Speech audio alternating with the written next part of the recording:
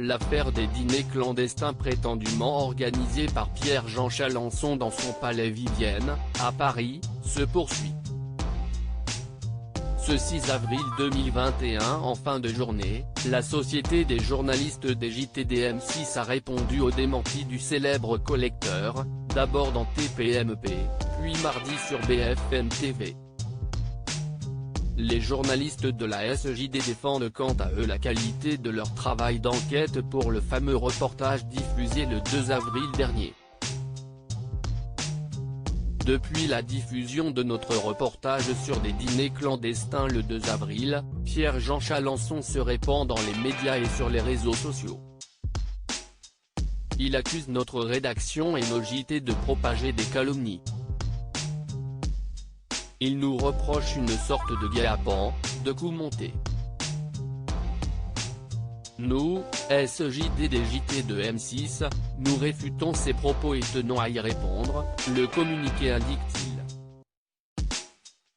Ainsi, l'association met en avant la rigueur de son travail et le parfait respect des règles déontologiques.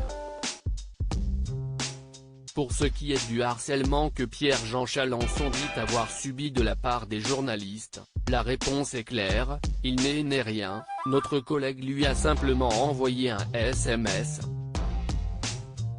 Et il l'a rappelé de lui-même.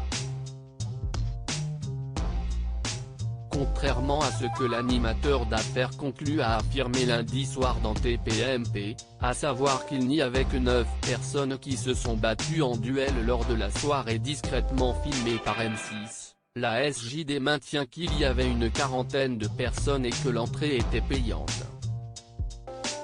Sur les images, les mystérieux convives profitaient de l'événement sans porter de masque, en oubliant les gestes barrières contre la propagation de la Covid-19.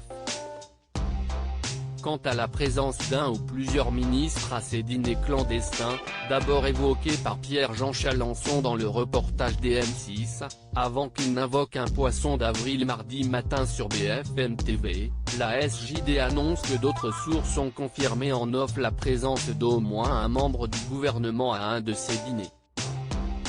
Les journalistes mobilisés sur cette affaire poursuivent actuellement leurs investigations.